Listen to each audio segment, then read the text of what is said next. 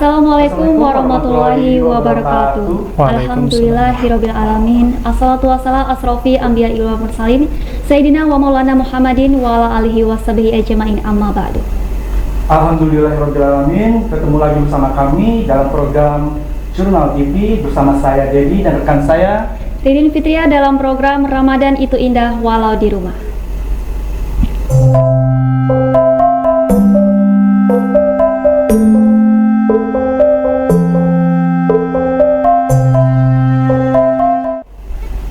Ya pemirsa, alhamdulillah hari ini kita kedatangan Pak Ustadz Muhammad Azhar Zantarmin ya Pak ya, selaku penasehat baik di Kesubuhan di Kota Palangkaraya. Assalamualaikum Pak Ustadz. Waalaikumsalam warahmatullahi. Bagaimana kabar ini Pak Ustadz? Alhamdulillah sehat walafiat. Dan pemirsa, beberapa menit ke depan kita akan berbincang-bincang mengenai topik yang telah ditentukan. Jadi Bang Dedi, hari ini topik kita mengenai apa Bang Dedi? Topik kita hari ini mengenai bulan Ramadan sebagai bulan jihad Pak. Iya. Baik Pak Ustadz, mengenai topik tersebut, mengapa bulan Ramadan itu dikatakan atau disebut sebagai bulan jihad Pak Ustadz? Ya, baik, terima kasih. Rasulullah SAW pernah bersabda ketika beliau dan para sahabat pulang dari peperangan, satu peperangan yang alhamdulillah dimenangkan oleh kaum muslimin.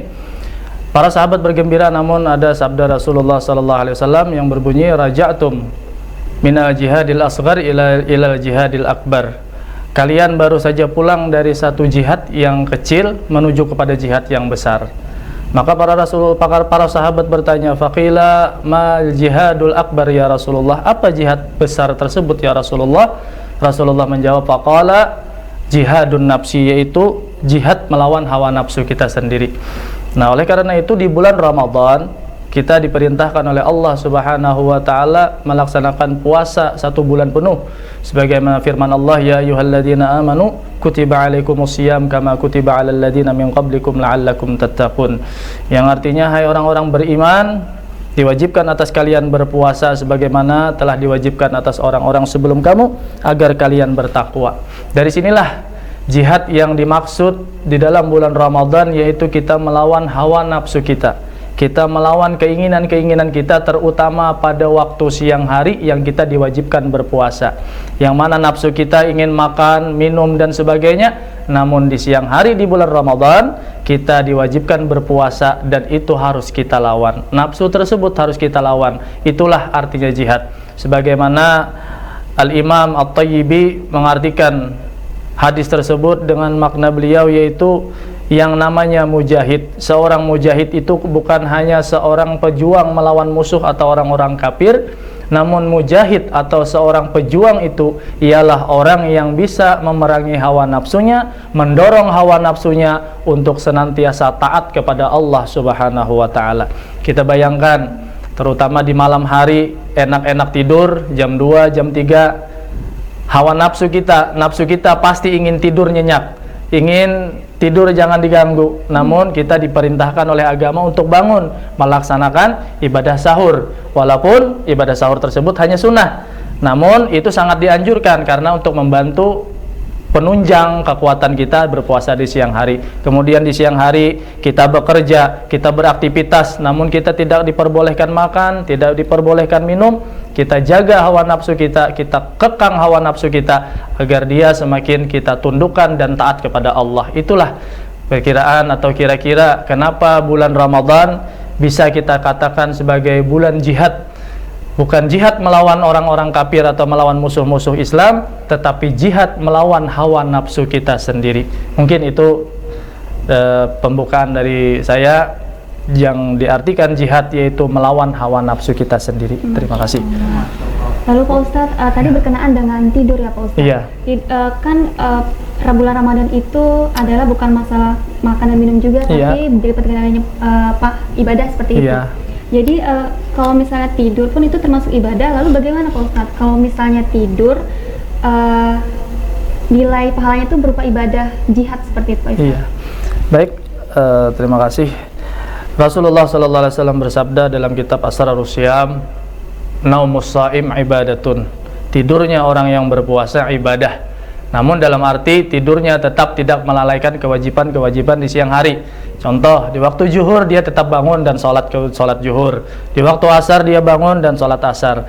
Kenapa orang tidur yang berpuasa dianggap atau dicatat ibadah? Yang pertama, dengan dia tidur, dia tidak akan melakukan perbuatan-perbuatan dosa, diantaranya dosa mata, dosa mulut, dosa telinga, dan lain-lain sebagainya. Karena dia tidur, tidak ada pergaulan, tidak ada ngobrol-ngobrol atau ngomong-ngomong sesuatu yang tidak bermanfaat, tidak ada matanya melihat sesuatu yang tidak dibolehkan oleh Allah, tidak ada telinganya mendengar suatu perkataan yang dilarang oleh Allah. Itulah kenapa orang yang berpuasa walaupun tidur dianggap ibadah, karena dia menjaga anggota-anggota zahirnya untuk tidak melakukan perbuatan-perbuatan yang dilarang oleh Allah Subhanahu wa taala. Ya. Oh iya, Bang. Contoh jihad menurut Islam itu bagaimana sih, Bang? Jihad di dalam Islam, yang pertama di zaman Rasulullah itu jihad melawan orang-orang kafir yang memerangi Islam juga. Orang-orang kafir yang ingin memusnahkan orang-orang Islam. Namun di dalam begitu banyak riwayat, Rasulullah pun ketika mau menyerang kota Mekah, ketika menaklukkan kota Mekah, maka Rasulullah mengatakan, para perempuan dan para orang-orang tua serta anak-anak silahkan masuk ke dalam rumah. Kami hanya memerangi orang-orang yang ingin memerangi kami. Disitulah kalau kita arti jihad di dalam agama Islam, yaitu memerangi orang-orang yang memang ingin memusnahkan Islam. Tetapi kalau orang-orang kafir atau non-muslim yang tidak mengganggu orang kita Islam, maka kita di situ saling toleransi dan saling kasih sayang menyayangi. Karena di dalam Al-Quran pun juga ada lakum dinukum waliyadin, bagi kami agama kami dan bagi kamu agama kamu. Saling, kita tidak saling ganggu. Kemudian jihad yang kedua menurut Islam, terutama bagi ulama-ulama tasawuf, yang lebih berat kita ialah jihad yang tadi melawan hawa nafsu kita sendiri. Karena melawan hawa nafsu kita sendiri itulah jihad yang paling berat menurut Rasulullah Sallallahu Alaihi Wasallam. Demikian. Kalau berkaitan dengan menahan hawa nafsu itu Pak Ustadz, karena kan kebanyakan zaman sekarang itu, terkhusus anak-anak muda misalnya, kadang mereka mungkin suka kebablasan ketika mereka melihat media sosial. Nah seperti itu, tanggapan Pak Ustadz bagaimana Pak Ustadz mengenai menyikapi hal tersebut Pak Ustadz? Iya, dari situlah kita perlu belajar bahwa yang namanya puasa bukan hanya menahan dari makan, minum, dan berhubungan suami istri di siang hari. Karena Rasulullah SAW juga pernah bersabda, yang artinya begitu banyak orang yang berpuasa namun tidak mendapatkan apa-apa dari puasanya kecuali hanya haus dan lapar belaka. Itu kenapa sebabnya? Karena di antara pembatal-pembatal puasa juga ada yang namanya pembatal-pembatal pahala puasa kita. Di antaranya kita melihat sesuatu yang tidak dibolehkan oleh agama. Contoh-contohnya kita melihat media sosial, ternyata yang dilihat YouTube, film-film India yang ada terbuka-terbuka aurat, maka itu akan menghilangkan pahala puasa kita. Kita melihat media sosial, cerita-cerita orang yang ternyata di situ ada gosip-gosip dan lain sebagainya, maka itu juga akan menghilangkan pahala puasa kita. Oleh untuk itulah kalau kita sedang berpuasa, maka semuanya kita jaga. Jangankan hanya anggota zahir, anggota batin pun kita jaga. Jangan pernah kita berpuasa hanya mendapatkan hanya mendapatkan haus dan dahaga, lapar belaka. Namun kita usahakan agar puasa kita juga mendapat nilai di sisi Allah Subhanahu wa taala. Oh iya Bang. Di bulan Ramadan ini jihad itu diutamakannya apa ya? Oh ya, di bulan Ramadan diutamakan kita berjihad melawan hawa nafsu kita.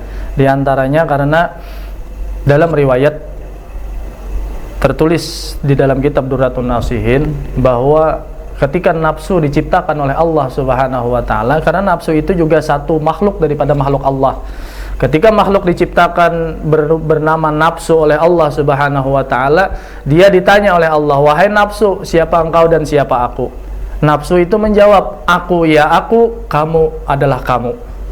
Jadi kalau yang lain diciptakan seperti akal, kalau diciptakan ditanya oleh Allah, "Siapa engkau dan siapa aku?" Akal menjawab, "Aku adalah hambamu dan kamu adalah Tuhanku." Namun beda dengan nafsu. Nafsu menjawab, "Aku, kamu, ana, wa anta."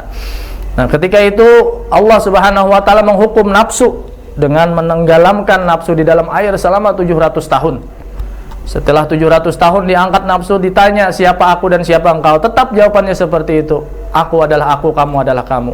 Lalu nafsu dibakar oleh Allah di dalam api selama 700 tahun kembali. Ketika 700 tahun kembali diangkat nafsu tersebut dan ditanya kembali oleh Allah, hai nafsu, siapa engkau dan siapa aku? Nafsu tetap menjawab, aku adalah aku dan kamu adalah kamu. Lalu Allah Subhanahu wa taala menghukum nafsu dengan cara yang ketiga, itu tidak dikasih makan dan tidak dikasih minum, atau dalam arti diberi lapar oleh Allah Subhanahu wa taala. 1 hari nafsu tidak dikasih makan oleh Allah Subhanahu wa taala, kemudian nafsu lemah dan Allah bertanya, wahai nafsu, siapa engkau dan siapa aku? Ketika itu nafsu menjawab, aku adalah hambamu dan kamu adalah Tuhanku. Berarti nafsu kita selama ini yang menggebu-gebu, yang tidak mau kompromi, hanya ingin menang sendiri, coba kita perjuangkan di bulan Ramadan. Kita jihad melawan nafsu tersebut dengan memberi efek rasa lapar dan haus kepada nafsu tersebut. Siapa nafsu? Ya diri kita sendiri. Karena nafsu itu ada di dalam diri kita sendiri. Cuman dalam arti bukan kita matikan atau bukan kita bunuh itu nafsu, namun kita kuasai. Kita dorong agar dia taat kepada Allah Subhanahu wa taala. Begitu. Masya Allah. Dan Pak Ustadz, mungkin di luar sana mungkin banyak yang salah paham mengenai jihad, Pak Ustadz. Iya. Nah, itu cara menyadarkannya atau yang jihad yang sebenarnya itu yang bagaimana, Pak Ustadz? Atau jihad menurut perspektif Islam tersendiri, Pak Ustadz? Iya, terima kasih. Kemarin juga ada dari teman-teman kita dari Polda kirim WA ke kita setelah ada kasus bom kemarin ya. Kejadian. Mereka menanya bagaimana sih persepsi Ustadz tentang jihad tersebut. Memang kalau jihad dalam yang namanya jihad bukan berarti bunuh diri. Karena Rasulullah SAW pernah mengatakan dalam suatu hadis bahwa orang yang bunuh diri adalah orang yang matinya bukan dalam beragama Islam. Itu yang pertama. Yang kedua, bukan berarti jihad itu kita selalu meremehkan atau menyalahkan orang lain. Bukan juga kita menyerang orang lain yang tidak menyerang dengan kita. Yang namanya jihad apabila memang sudah diperintahkan Allah atau sekarang diperintahkan oleh para ulama, baru kita jihad. Namun selama ini jihad yang ada bukan jihad dari perkataan para ulama, namun jihad yang dipersepsikan oleh diri masing-masing. Karena mereka mungkin beranggapan bahwa orang-orang yang bermaksiat harus dibunuh. Tidak, karena Allah Subhanahu wa taala sudah jelas di dalam Al-Qur'an, ada lana a'maluna walakum a'malukum. Kerjaan kami atau amalan kami adalah amalan kami dan amalan kamu adalah amalan kamu. La hujjata bainana wa bainakum. Ada pula yang tadi kita sampaikan, lakum dinukum waliyadin. Agama kami, agama kami, agama kamu, agama kamu. Yang penting kita tidak ada saling mengganggu di situ. Cuman sekarang kepada seluruh warga negara Indonesia, terutama warga kota cantik Palangkaraya, mari kita saling merangkul, saling kasih mengasihi, saling sayang menyayangi di antara sesama, terutama sesama umat Islam maupun sesama makhluk manusia di muka bumi ini. Kita saling menyayangi, jangan pernah saling memusuhi, karena tidak ada satupun yang berhak membunuh orang lain kecuali hanya Allah Subhanahu wa taala. Apalagi membunuh semakin banyak orang, tidak ada hak bagi kita untuk itu semua. Mungkin itu yang bisa saya sampaikan. Dan juga Pak Ustadz, berkaitan dengan jihad juga Pak Ustadz. Iya. Jihad untuk kebaikan kita, agar kita umat muslim yang berpuasa itu produktivitas gitu Pak Ustadz. Iya. Bagaimana, ada tidak sih tips-tipsnya gitu? Kan biasanya ketika orang berpuasa malah mereka tuh loyo, lesu Iya. gitu. Nah, ada nggak tips dari Pak Ustadz sendiri gitu biar kita produktif gitu Pak? Iya, tips dari saya pribadi sih, bahwa jangan jadikan puasa ini penghalang untuk kita beraktivitas. Karena semakin kita loyo, berarti semakin kita kalah dengan nafsu kita. Kita memenjarakan atau menghukum nafsu kita, bukan menghukum diri kita, tapi menghukum nafsu kita. Biarkan nafsu kita yang loyo, biarkan nafsu kita yang lemah, namun jiwa kita jangan pernah lemah. Karena apa? Karena yang kita hukum tadi bukan diri kita yang berbentuk tubuh ini, namun nafsu kita yang kita hukum, agar mereka mengakui kelemahannya, bahwa aku memang tidak berdaya tanpa pertolongan Allah. aku memang tidak berdaya, tidak ada kuasa tanpa pertolongan Allah. Di situ yang kita ingin sampaikan kepada nafsu kita, bahwa kamu tidak punya kekuatan apa-apa, kamu tidak punya daya apa-apa tanpa pertolongan dari Allah. Maka itu sekali lagi, jangan pernah puasa menjadi penghalang aktivitas kita sehari-hari. Jangan sampai puasa menjadi alasan kita malas mengerjakan sesuatu. Terima kasih. Demikian. Nah, berkaitan dengan tadi Pak Ustadz, Iya. malas mengerjakan sesuatu. Terus kalau misalnya ada orang yang berpuasa tapi malah tidak sholat seperti itu. Iya. Nah, itu sebenarnya puasanya itu sah atau tidak Pak Ustadz? Baik, kalau dianggap dikatakan puasanya sah atau tidak, tetap sah, namun tidak bernilai apa-apa di sisi Allah Subhanahu wa taala. Karena yang pertama-tama dinilai atau dilihat oleh Allah adalah salat kita. Awalu ma yuhasabul 'abdu yaumil qiyamah as-shalah. Yang pertama-tama dihitung, yang pertama-tama dilihat, yang pertama-tama dinilai oleh Allah adalah salatnya. Apabila salatnya sempurna, maka semua amal ibadahnya pun diterima. Namun apabila salatnya tidak sempurna, semua amal ibadahnya pun tidak diterima oleh Allah. Dan salah satu siksaan bagi orang-orang yang meninggalkan salat selama hidup di dunia, siksaannya langsung di dunia. Semua amal ibadah yang dia kerjakan itu ditolak oleh Allah Subhanahu wa taala. Di situ. Jadi kalau dikatakan pertanyaan Mbaknya tadi sah atau tidak, tetap sah, cuman tidak bernilai apa-apa di sisi Allah Subhanahu wa taala. Sia-sia. Yaitu tadi yang mungkin kita mendapatkan hanya lapar dan haus belaka, namun tidak mendapat nilai apa-apa di sisi Allah. Begitu banyak nanti kita berhadapan dengan Allah, ya Allah, mana catatan puasaku, mana catatan zakatku, mana catatan sedekahku? Kata Allah, itu semua tidak kumasukkan dalam catatan kebaikanmu karena sholatmu tidak sempurna. Situ tadi. Jadi tidak ada istilah kita puasa lalu malas mengerjakan sholat, karena sholat yang lebih utama daripada yang lainnya. Iya. Oh ya Bang, untuk mengenai masa sholat nih. Iya. Seandainya kita nih ada perjalanan jauh, Iya. ternyata waktu zuhur itu sudah tiba, terus kitanya kayak gimana Bang? Padahal kita tuh lagi di perjalanan. Iya. Nah, untuk mengatasi itu di bulan Ramadannya kayak gimana tuh Bang? Sholatnya atau puasanya? Sholatnya. Sholatnya ya tetap kita, ketika kita musafir itu diberikan keringanan oleh Allah Subhanahu wa taala, yaitu bisa mengqashar atau menjamak sekaligus zuhur dengan asar, biar kita semakin ringkas, semakin ringan. Ketika di perjalanan dari sini kita berangkat ke Banjar, ternyata di Pulang Pisau sudah masuk waktu zuhur. Sholatlah kita zuhur 2 rakaat, yang artinya mengqashar, meringkas sholat zuhur yang jadinya dari 4 menjadi 2. Kemudian agar kita tidak terlalu beban nanti sholat asarnya, kita langsung kerjakan di waktu zuhur juga, dijamak namanya. Waktu asar kita sholat, kita kerjakan di waktu zuhur. Jadi 2 rakaat zuhur, 2 rakaat asar, 2 rakaat zuhur salam, 2 rakaat asar salam. Di situ untuk keringanan dari Allah Subhanahu wa taala kepada kita yang sedang musafir. Karena kata Rasulullah sallallahu alaihi wasallam, al musafiru qit'atun minal azab. Musafir itu separuh atau sebagian daripada ajab, daripada siksaan. Karena kita capek, kita lelah, letih dan sebagainya, pasti banyak habis dana dan lain sebagainya, ya, tenaga. Makanya dari situ Allah memberikan keringanan kepada kita.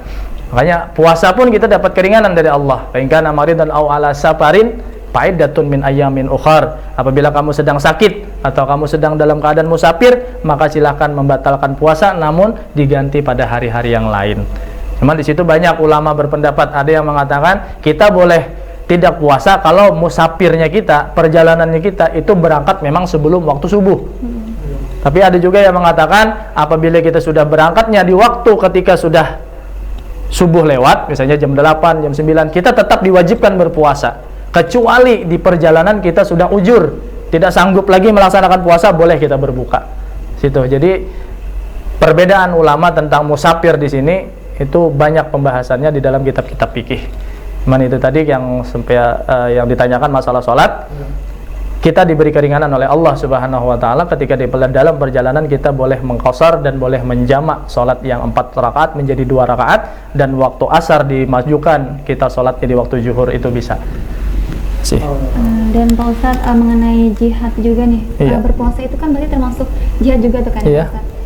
Nah, kalau misalnya kita kan sedang berpuasa tahun ini di tengah pandemi itu, Iya. anggapan Pak Ustadz bagaimana Pak Ustadz? Di tengah pandemi ini, kalau menurut hemat pribadi saya, puasa kita di bulan Ramadan yang sedang ada masa pandemi itu malah lebih menguntungkan. Karena apa? Rasulullah SAW bersabda, sumu tasihhu, berpuasalah kalian maka niscaya kalian akan sehat. Maka insya Allah dengan kita berpuasa, dengan kita melaksanakan ibadah puasa di bulan Ramadan, apalagi kalau 1 bulan penuh, insya Allah kita akan terhindar dari segala penyakit-penyakit. Karena jaminan Rasulullah, sumu tasihu, puasalah kalian niscaya kalian akan sehat. Maka insya Allah dengan kita berpuasa, mudah-mudahan kita terhindar dari COVID-19, kita terhindar dari penyakit yang lainnya. Insya Allah dengan puasa itu semua akan dilewatkan. Dan yang terakhir Pak Ustadz, ada nggak sih pesan untuk pemirsa yang ada di rumah mengenai topik kita hari ini, yaitu bulan Ramadan dimaknai sebagai bulan jihad seperti itu? Oke, pesan pribadi untuk sahabat semua atau pemirsa semua yang berada di kota cantik Palangkaraya khususnya, bahwa mari selama bulan Ramadan ini sebagai bulan jihad bagi kita, ayo kita lawan hawa nafsu kita yang selama 11 bulan sebelum bulan Ramadan selalu kita turuti, selalu kita ikuti. Sekarang 1 bulan di bulan Ramadan, harapannya nafsu, hawa nafsu kita yang mengikuti kehendak kita. Kita bawa hawa nafsu kita bawa keinginan kita untuk taat kepada Allah Subhanahu wa taala, untuk mengerjakan perintah-perintah Allah dan mengerjakan sunnah-sunnah Rasulullah. Banyak diantaranya kita yang malas melaksanakan sholat tarawih, ayo kita paksa untuk melaksanakan sholat tarawih. Malas bangun subuh untuk makan sahur, ayo kita bangun, kita paksa agar mau bangun di waktu sahur. Dan jangan pernah kita ikuti hawa nafsu kita, sesudah sahur kita tidur kembali sehingga sholat subuhnya lewat. Jangan pernah kita ikuti, kita lawan hawa nafsu tersebut. Kemudian di siang hari banyak orang-orang atau hawa nafsu, orang-orang yang tergoda oleh hawa nafsu sehingga membatalkan puasanya di. Alhamdulillahirrahmanirrahim, pemirsa, waktu berbuka puasa kita telah tiba. Alhamdulillahirrahmanirrahim. Dan pemirsa, Pak Ustadz bisa pimpin untuk berbuka puasa. Ya, marilah kita bersama-sama membaca doa, bersyukur kepada Allah Subhanahu wa taala telah memberikan nikmat kepada kita berpuasa pada hari ini. Bismillahirrahmanirrahim. Allahumma laka sumtu wa bika amantu wa ala rizqika aftartu wa batallatil uruqu wa dhahabaz zama'u sabatal ajru insyaallah birahmatika ya arhamar rahimin. Alhamdulillahi rabbil alamin. Silakan Pak Ustadz. Iya, terima kasih. Kita bacakan puasa dulu Pak Ustadz. Masya Allah. Dan pemirsa, hari ini menu buka puasa kita dari Warmindo Pak 4 kontainer. Dan Warmindo ini pun buka cabang juga di Galaxy. Dan pemirsa, kita sudah di penghujung acara. Setelah ini akan ada tayangan ceramah dari Ustaz Agim. Jadi tetap bersama saya, berkat bersama kami, yaitu saya Rini Fitria dan juga rekan saya Dedi. pamit undur diri dan sampai jumpa. Sampai jumpa.